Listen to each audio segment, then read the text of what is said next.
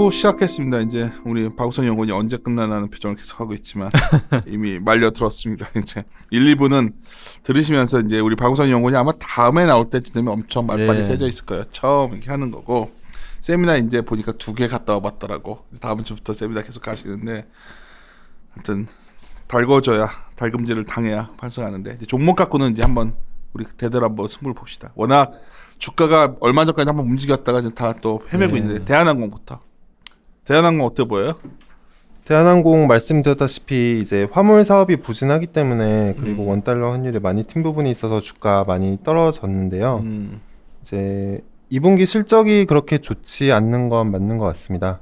기본적으로 화물 사업에서 감익이 나오고, 그에 비해 국제 여객 같은 경우는 2분기가 비수기이기 때문에 엄청 상승이 나오기 힘든 상황에서 이제 일회성 비용들도 뭐 매년 나오는 거라서 이제 일회성이라고 말씀드리기도 좀 그렇지만, 뭐 조종사 임단협이나 뭐 그런 부분들에 있어서 인건비성 일회성 비용이 발생을 할 상황이기 때문에 2분기 실적은 부진할 것으로 예상을 하고 있고요.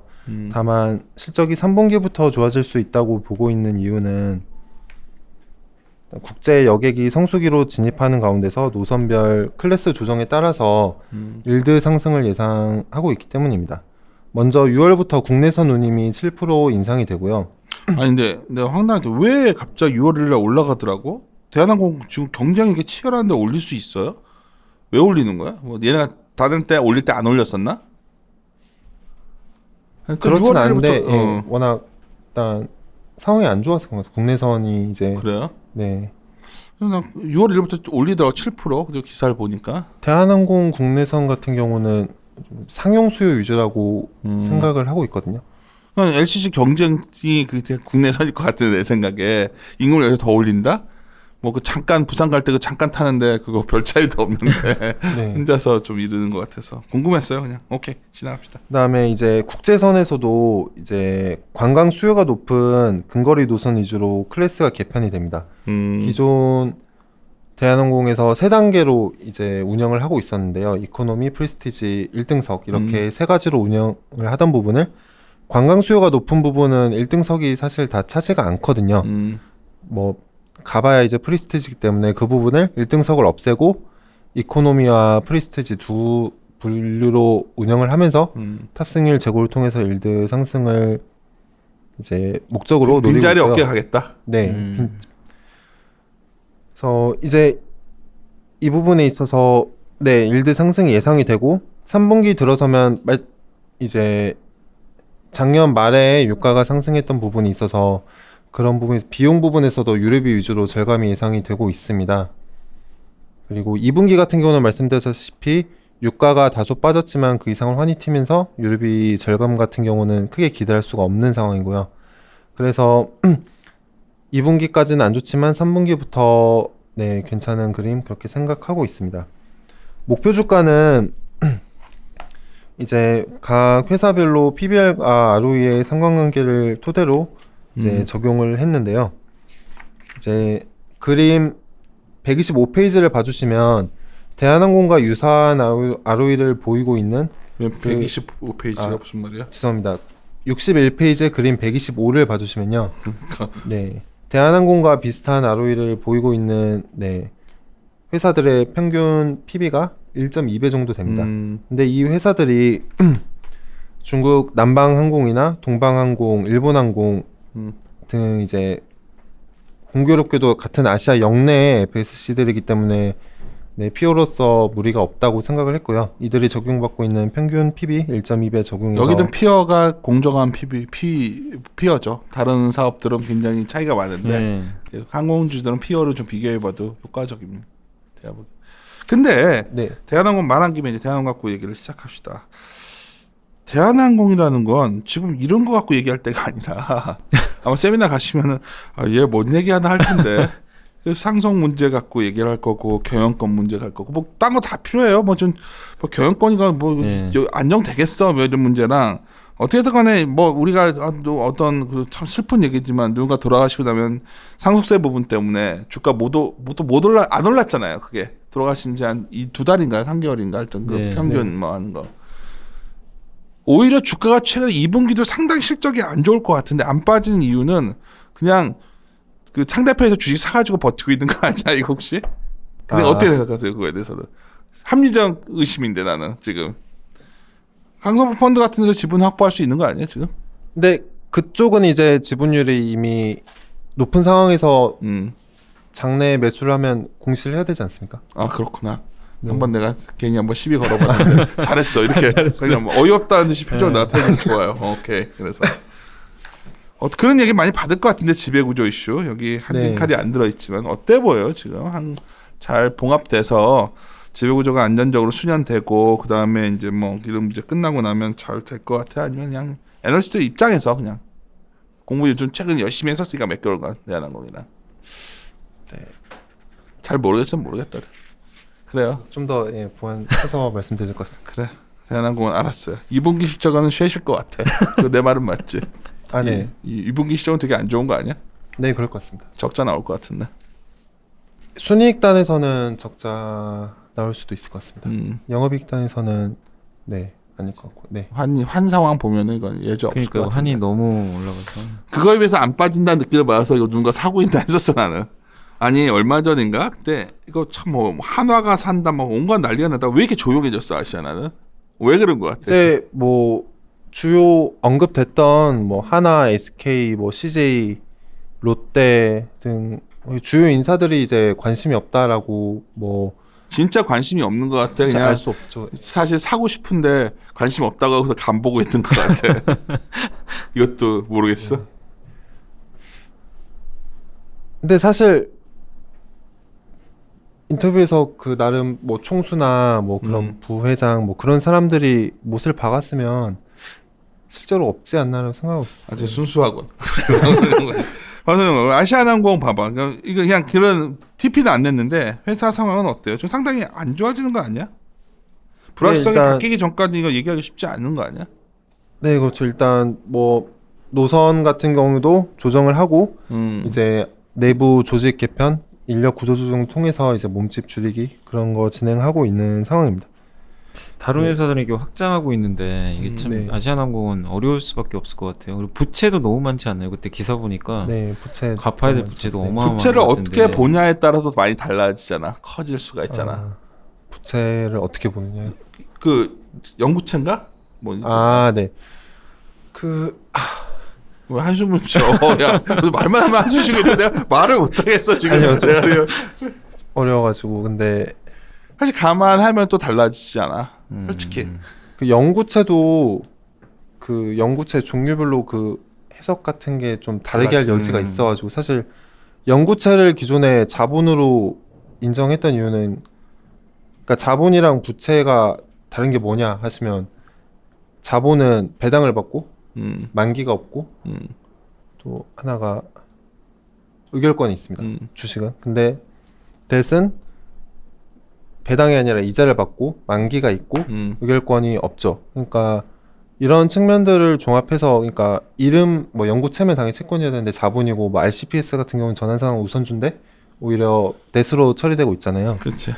그래서 영구채 같은 경우는 제가 알기로는 포스코 같은 경우가 대규모로 발행한 첫 사례라고 알고 있는데 저는 그런 그러니까 여러 가지로 이게 이제 확실히 매각을 앞두고 있다 보니까 뭐 내가 이것 때문에 고민을 좀 했었어요. 박수 연구원이랑 박수 연구원 이걸 안 다뤘으면 하는 느낌을 해가지고 나한테 와서 너 했던 이유는 뭐냐면 분명히 이건 M&A 이슈에 관련된 거기 때문에 자본에 대한 고민이 들어갈 거예요. M&A 이슈이기 때문에. 네. 우리가 섹터 담당자들 입장에서는 이제 결국은 그 자본보다는 이제 얼마나 돈을 버냐를 많이 보는데 M&A 이슈에 걸렸기 때문에 아시아나를 볼 때는 이제 자본을 보고 여러 가지 상황을 봐야 되는데 어떻게 보면 재무 구조가 정상화된다고라는 걸로 보면 또 상당히 매력적일 수도 있는 거야. 어떻게 보면. 네, 그렇죠. 어떻게 생각해? 사실 이건 아니 인수하는 입장에서 보면 상당히 매력적인 거지. 이거 어떻게 레버지 이렇게 해서 산다고 쳐봐요. 괜찮을 수도 있는 거라니까. 근데 여기서 차마 거기까지 소화할 수 없어서 우리가 그냥 시장 심플하게 이 종목은 가자 했는데 한번 말한 김에 내가 박수 연구할 때 한번 어때 보여? 괜찮지 않아? 아시안 누군가 먹으면? 그렇죠. 뭐 어떤 내가 가져와서 어떤 계열사 어떤 시너지를 일으킬지 따라 많이 달라집니다. 그러니까 재무 구조가 그냥 정상화된다고 전제해야지. 전제하면은 그러면 이 회사가 뭐 기존에 받고 있던 그런 높은 부채로 인한 디스카운트 이런 게 없다고 가정을 하면은 아까 전에 말씀드렸다시피 대한항공의 PB 1.2배 그치. 그걸 아시아나에 똑같이 적용을 해봤을 때 그거보다 이미 주가가 높거든요. 이미. 예. 그러면은 그 와중에 이제 경영권 프리미엄 같은 경우도 이미 반영됐다 봐야 된다. 반영돼 있는 네 최근 주가가 많이 빠졌음에도 또 이렇게 딱 분석을 해봤네. 그러면 이게 들어가 빠지지 않는 있는 거네. 상황이라고. 저번에 한번 M&A 얘기 한번 급등했을 때 네. 밸류를 너무 뭐 가져가 버리는 그런 거네. 네, 심리적인 문제이기 때문에 또 7월에 이제 본격적으로 매각 공고가 나올 예정이거든요. 이 부분 뭐 흥행하면은 또 오버슈팅 할 수도 있겠죠. 근데 사실 바로 그 다음 종목과도 연동이 돼요. 제주항공이 정말 누가 뭐래도 탑픽이잖아요. 제주항공이 네, 너무 맞습니다. 좋죠. 뭐 네. 근데 또 제주항공이 아시아나를 먹는다는 말도 되게 많았었던 건 아시잖아요. 시장에서는 계속 그 말을 하는데 네. 어때 보여? 그거는 뭐 갑자기 아시아나 그다음에 저 제주 얘기 좀 해주고. 이제 뭐 두 가지로 나눠서 말씀드릴 수 있을 것 같은데요. 그러니까 지금 제주항공이 애경그룹에 있는데 이 애경그룹이 아시아나를 인수하는 거랑 제주항공이 아시아나를 인수하는 거는 굉장히 다릅니다. 예. 아 그게 또 다른 거구나. 네. 만약에 애경그룹이 인수를 하면은 지금 대한항공과 진에어와 같이 이제 그런 뭐 형제 구조 그런 부분에 있어서 서로 시너지를 주고받을 수 있는 그런 부분이 있겠지만 제주항공이 아시아나를 인수하게 되면 제주항공은 더 이상 LCC가 아닌 거죠. 그러네. 그러네요. 네. 진짜.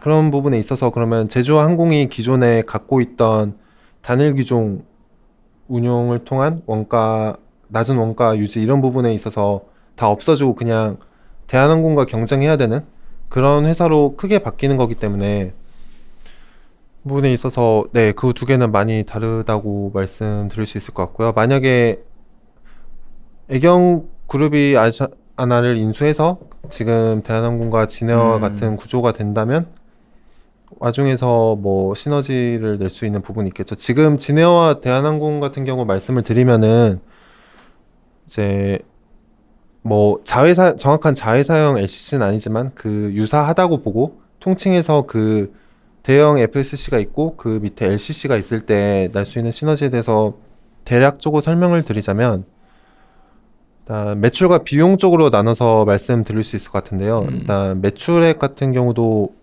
일부 도움이 됩니다. 왜냐하면 지금 대한항공 진에어, 아시아나, 에어부산, 에어서울 모두 코드쉐어를 통해서 탑승률 같은 LCC의 탑승률을 제고하고 있고 그런 부분에 있어서 매출 상승이 예상이 되고 비용단에서도 항공기 구매나 정비비에 있어서 많이 절감될 여지가 있습니다.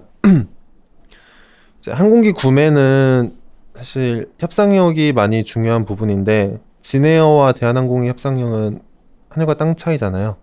그래서 진에어가 보잉 737을 사는데 보잉과 했을 때 가격과 대한항공이 했을 때 가격은 차이가 많이 있을 수밖에 없습니다. 왜냐하면 구매 대수에 따라서 가격도 에버리지 프라이스도 달라지는 거고 그런 부분이 있기 때문에 지금 대한항공과 진에어는 대한항공이 이제 보잉 측과 협상을 해서 항공기를 사오면은 그 비행기를 대한항공이 진에어에게 리스를 해주고 있는 그런 상황으로 진에어는 항공기 구매 가격에 있어서 어느 정도 대한항공의 이득을 시너지를 내는 거네. 싸게 할 수가 덕을 많이 있는. 예, 받네요. 뭐 정비 측면에서도 말씀드렸다시피 대한항공이 진에어에게 리스를 해주고 있는 그런 구조기 때문에 정비 전체를 대한항공에 일괄하면서 정비 측면에서 정비사 인건비도 그렇고 정비에 필요한 경납고나 뭐 장비 그런 부분 쉐어링하면서 이득을 보는 부분이 있어서 그런 부분에 있어서 뭐 개선될 여지 있지 않을까? 지금처럼 말하면 돼.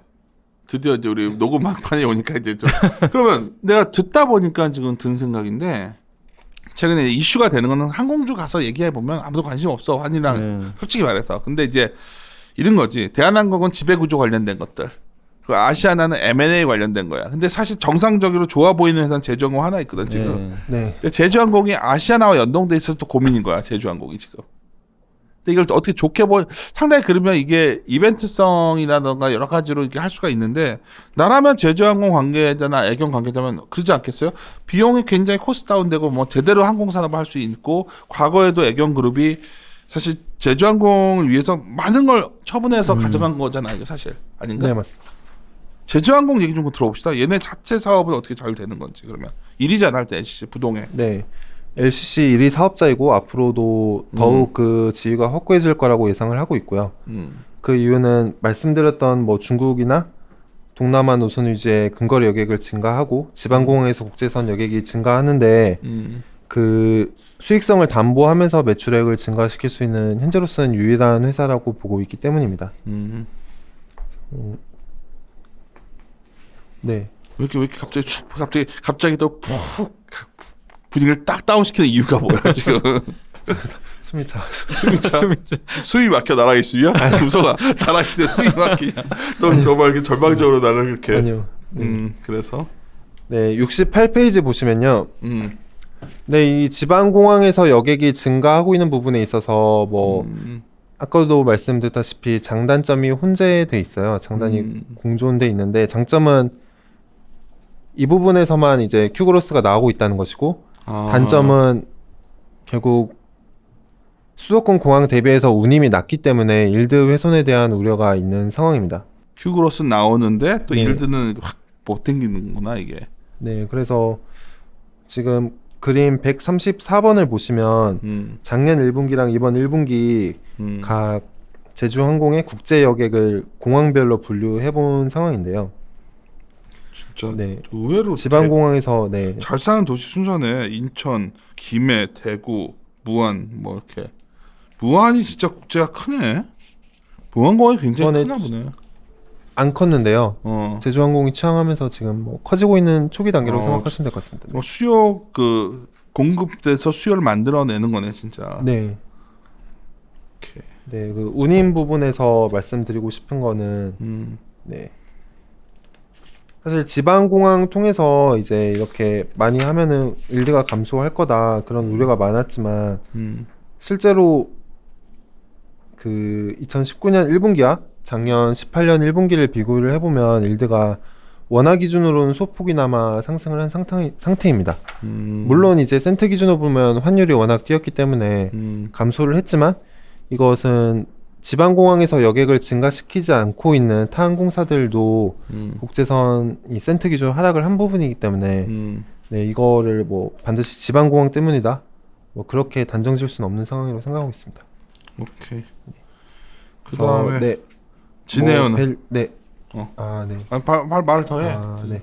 뭐 밸류에이션 같은 경우는 이제 FSC 같은 경우도 이제 PBR과 ROE의 상관관계를 보여드렸는데요. LCC 같은 경우는 그 상관관계가 다소 낮기 때문에 PER도 같이 적용해서 이제 밸류에이션을 했고요. 네. 목표 주가는 45,000으로 네, 항공업종 내에서 제일 좋은 네, 업사이드를 보유하고 있다고 그렇게 말씀드립니다. 네. 진에어 같은 경우는 최근에 주가 변동성이 다소 컸던 종목입니다. 네, 제재가 이제 작년 8월부터 이제 거의 9개월, 10개월 차에 접어들면서 제재 해소에 대한 기대감으로 많이 상승을 했다가 이제 실제로 해소되지 않으면서 다시 그 상승분 반납한 상황이고요. 네, 제재 동안에 이제 신규 기재도 도입하지 못하고 이번 중국 운수권 증가 같은 그런 좋은 이벤트에도 철저히 소외되면서 네, 매출액도 성장하지 못하고 있고 네, 앞으로 성장시킬 그런 여력도 많이 제한적인 상황으로 보고 있습니다. 그러면은 뭐 밸류에이션이라도 상대적으로 쌓여야겠는데 네, 최근에 많이 빠졌음에도 제주항공과 대비해서 밸류에이션이 그렇게 차이가 크지 않은 상황에서 네, 주가 매력도는 다소 떨어지는 상태로 보고 있지만 네, 제재 해소 시 이제 적정 밸류에이션 받으면 네, 뭐 센티도 개선되고 하면은 상승 여력은 있다고 생각돼서 일단 매력 없어 보여. 매력 없어 보인다. 뭐 이렇게 저는 매력 없어 보인다 하면 되는 걸. 티웨이가 재밌는 것 같은데 티웨이. 아, 네. 이게 왜냐하면 회계 기준 변경에 가장 크게 영향을 받는다는 이유가 뭐야? 이게 얘네가 왜 그런 거지? 일단 리스 가장 부채가 많아? 네, 일단 유일하게 전체 기재를 모두 운용 리스로 운용하고 있었던 회사였기 때문에 하는 거구나. 네. 그럼 얘는 요 회계 기준 변경에 대해서 굉장히 직격탄이네. 네, 표 이것도 38페이지를 보시면요. 보시면 LCC 3사 중에 TA 항공이 이제 가장 매출액은 낮습니다. 낮은데 이번 회계 기준 변경으로 인한 순이익 감소폭은 가장 컸던 회사고요. 이유는 말씀드렸다시피 전 기재를 모두 운용 리스로 운용하고 있었고 그에 따른 외화 부채 증가에 따른 이자 비용이나 외화 환산 손이 컸기 때문이라고 말씀드릴 수 있을 것 같습니다. 뭐 이런 거지. 그래서 제주항공, 록, TA항공 쇼 치면은 다 롱숏 하기 좋았겠다. 왜냐하면 숫자로 보면 심플하잖아. 펀더멘탈 롱숏이 가능했으니까. 그래서 TA 항공 되게 좋게 보고 있습니다. 그 좋게 봐. 야, 좋아. 이렇게 나한테 반항전 눈빛으로 이제. 어떤 면에서 좋아 보여? 이런 거는 그렇지만 기본적으로 밸류에이션 자체는 괜찮은 거야? 아니면 뭐? 네. 좋게 보고 있는 포인트는 크게 두 가지고요. 제주항공과 더불어 유의하게 이제 매출액 증가가 나타나고 있는 그런 회사입니다. 철저하게 그러면 LCC로 가야 된다는 얘기네. 방송연구원이 제주랑 TA를 딱 찍는 거는. 네, 지금 상황에서는 화물이 너무 아무래도 부진하기 때문에 화물 상업 하지 않고 있는 LCC 위주로 좀 투자 매력도가 높은 상황이라고 보고 있고요. 그 와중에서도 아무래도 규제 중임에도 밸류에이션 차이가 나지 않는 진에어보다는 매출액도 성장하고 있는 제주항공과 TA가 상대적으로 매력이 있고 그 와중에서도 수익성이 더 높을 것으로 예상되는 제주항공을 제일 좋다고 말씀드리고 있습니다. 산다면 2분기에 외환 손실 크게 나왔을 때 사야 되는 거 아니야? 타임은 어떻게 보여? 네, 2분기에도 지금 6월 말에 아무래도 지금 수준의 원달러 환율이 유지되고 있다고 가정하면은 대규모 외환 환산 손실이 예상이 되고 있습니다. 그래서 TA항공이 PE 기준으로 보면은 순이익이 좀 말도 안 되게 깎이면서 PE 기준으로는 멀티플이 굉장히 높아 보여요, 지금은. 근데 그 부분은 일단 규정 변경이고 실제로 운용 리스를 금융 리스로 모두 대체한 것은 아니고 그것은 재무제표상에서 일이고 그치. 사실 현금 흐름과는 무관한 문제이기 때문에 사실 PE로 높아 보이는 건 다소 착시라고 생각하고 있고요. 사실은 보통 우리는 착시를 이용한 매매도 괜찮거든요. 결국 우리가 원하는 거는 현금 흐름이 얼마 좋냐를 보는 거니까 잘 본 거네. 지금 정우성 박우선 연구원이 나를 부르뜨고 쳐다보면서 일단 잘하고 있어요. 처음부터 그랬어야지. 그래서 PE 기준으로 약간의 착시가 있다고 하면은 PB 기준으로 어떤가 보시면 굉장히 쌉니다. 물론 싼데 이유가 있기는 합니다. 그만큼 이제 원가 구조가 높아서 ROE가 이제 제주항공이나 진에어 대비 낮아서 그만큼 PBR 기준으로는 할인돼 있는 측면이 있습니다. 그래요. 그러니까 우리가 이제 업종 전체가 좀 의견을 바이럴한테 세게 말하기 힘들 때 상대적 선호주를 찾는 과정을 보통 진행하거든요. 그런 의미에서 박우성 연구원이 항공사 전체적으로 아직 좀 약간 고민스러운데 상대적으로 제주항공이 좋고 그다음에 TA항공도 말씀하신 것 같은데 그렇게 내가 이해하면 될까요? 네, 맞습니다. 오늘 힘겹게 녹음을 하셨는데 소감 한번 들으시죠. 뭐 세태장한테 숨을 막히게 해서 정말 짜증났다던가 어때? 말빨이라는 게 단기간에 되는 건 쉽진 아니야. 않지만 뭐 계속 노력을 좋았어. 해야 될 것 같고요. 이 정도 말빨이면 충분히 가서 더 많이 이게 3부로 갈수록 점점 늘더라고요. 느는 거예요. 말하는 게. 내가 이제 항상 말하지만은 우리 애널리스트가 자료로 쓰고 가서 그렇잖아요. 지금 세미나를 잡는데 오늘 혹시 지금 매니저 우리 클라이언트 분들도 많이 듣는 걸로 제가 알고 있는데 우리 법인에서 주니어 애널리가 세미나 많이 안 잡아서 내가 아까 박우성 연구한테 뭐라 하냐면 처음부터 주니어 아니었던 너 누가 있냐. 내가 데리고 나가다 직접 데려가. 그러니까 우리 담당자분들은 들어주시고 사실 자료는 굉장히 잘 썼습니다. 자료를 왜 잘 썼냐면 굉장히 기본에 충실하게 썼어요. 다만 업종 자체가 재미가 없다 보니까 그랬고 아까 제가 1, 2부에 혹시 제가 약간 꼰대 기니가 보였다면 자료를 잘 썼는데 그걸 제대로 말을 못하니까 상당히 제가 압박한 거니까 저를 너무 또라이라고 보지 마셨으면 좋겠습니다. 하여튼 저는 이렇게 주니어 애널의 성장 과정을 보면 되게 에너지가 넘쳐요. 왜냐면 오늘 또 박우선 연구원한테 에너지 받았고 사실 아이디어도 얻었어요. 저는 오늘 오히려 앞으로 좀 더 항공산업 재편 관련된 항공이 약간 올해 하반기 이후에 만약 장이 여기서 약간 버텨주고 돌아서는 시그널이 나온다면 재밌는 시나리오도 가능하겠다. 여러 이벤트성들이 좀 있어가지고 그리고 생각보다 LCC 그 소위 산업 스토리는 기업사 공부할 때 되게 재밌다는 거. 아까 그래서 우리나라가 이 본격적으로 한번 경쟁 체계더라고. 아까 박우성 영화 알겠지만 제가 좋아하는 동생이 또 그때 이 적강공사 인수해서 들어왔거든요. 아까 근데 내가 항상 듣는 건데 야, 이쪽의 비전에 대해서 처음에 무슨 이걸 왜 하나 싶겠지만 아주 심플한 논리 하나. 앞으로 비행기는 더 많이 탑니다. 더 많이 여행 가고 그게 수요예요. 그걸 누가 가져가느냐는 다른 문제라는 거지. 그래서 저는 항공산업 끝났다고 말하시는 분들이 반대하고 잘해보니까 야 물류 보니까 운송 보니까 정말 끔찍한데 진짜 화물 운송은 정말 쉐신다. 알겠습니다. 혼자 또 떠들었다 뭐라고 하겠죠. 마무리 짓도록 하겠습니다. 이리 오너라 이리 오.